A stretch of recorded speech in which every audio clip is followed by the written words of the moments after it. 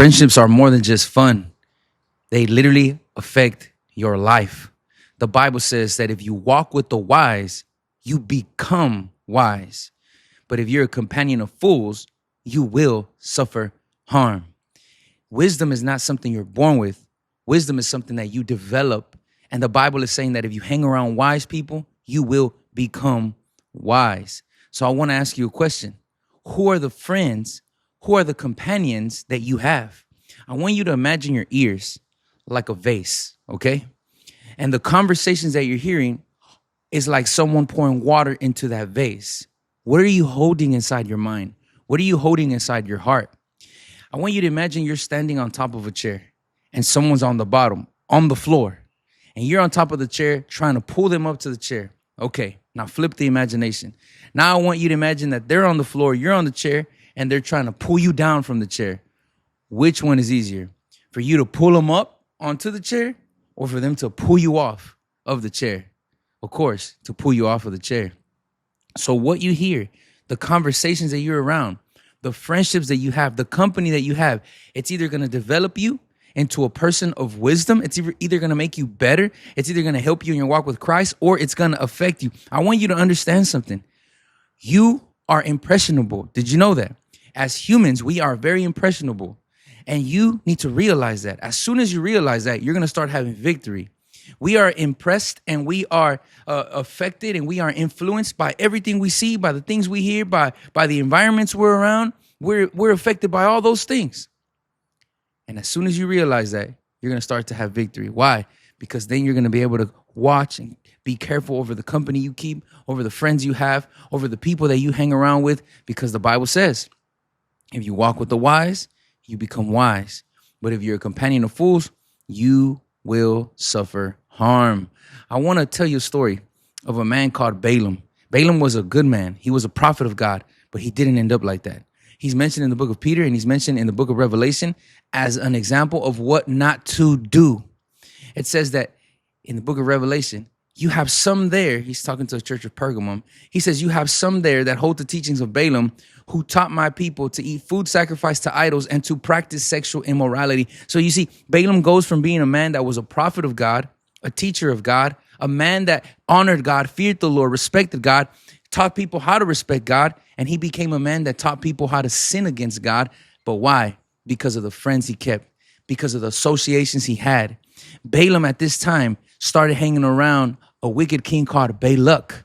And Balak started offering him money to curse God's people, the nation of Israel, when they were coming out of Egypt, going to the promised land. They were in the wilderness. Balak was terrified of them, and he hired Balaam because he knew Balaam was anointed. He knew Balaam was called. He knew Balaam had the favor of God, and he hired Balaam to curse the people of God. Balaam went up to God. He prayed and he said, look, Lord, this guy Balak, he's offering me money to curse these people. And God said, no. You're not going to curse them because they are blessed and they cannot be cursed. See, that was it. Balaam should have listened to God right there. That should have been enough for Balaam, but he didn't. He kept being around Balak.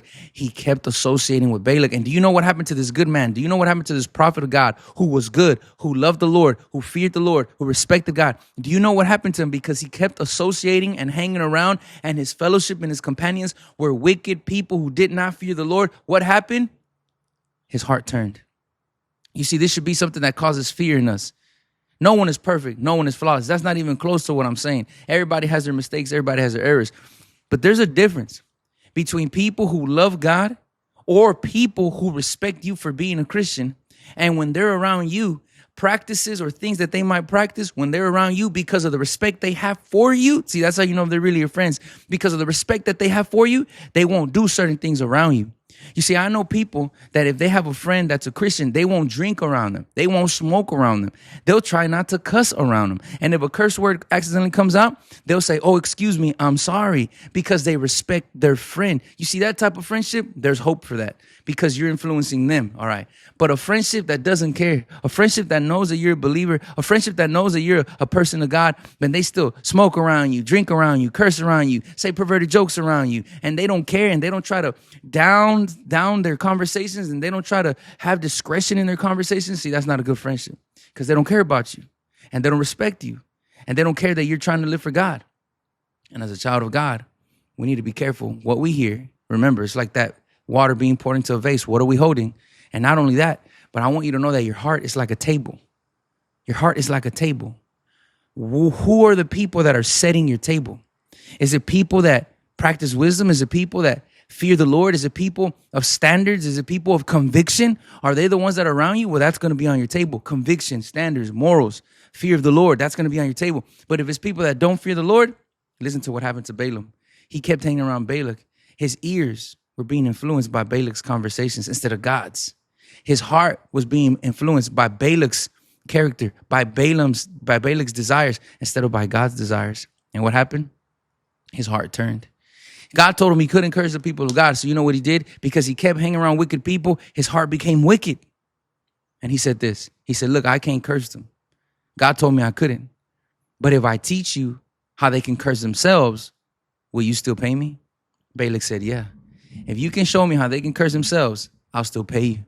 And he said this, you got to have a party, a big party. Have a lot of beer, have a lot of alcohol, have a lot of strong drink, and invite women from all over. You see, the Bible says that a drunk man sees strange women. In other words, drunk people become very flirtatious. That's what the Bible says. That's why as a believer, you should not associate with places that all they do is just get drunk and party. You're asking for trouble, man. You're asking for trouble. As a believer, you should not do those things. You're just asking for trouble. You're playing around with sin. Don't do that. The Bible says don't look at the wine when it moves smoothly in the cup because it goes down smooth, but at the end of the cup, there's a snake that's going to bite you. In other words, at first it's all fun and games, but then it becomes an addiction. It becomes a heartache. It becomes a disaster. It becomes a failure.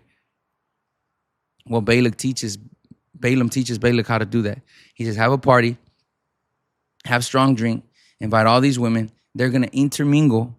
They're not supposed to intermingle with women that serve other gods. He says this, and then they're going to eat food that's sacrificed to idols, and they're not supposed to do that either. And they're going to sin against God, and then God's going to have to judge them. He taught Balak how to put a stumbling block in front of God's people. But how did this start? Because he was hanging around Balak.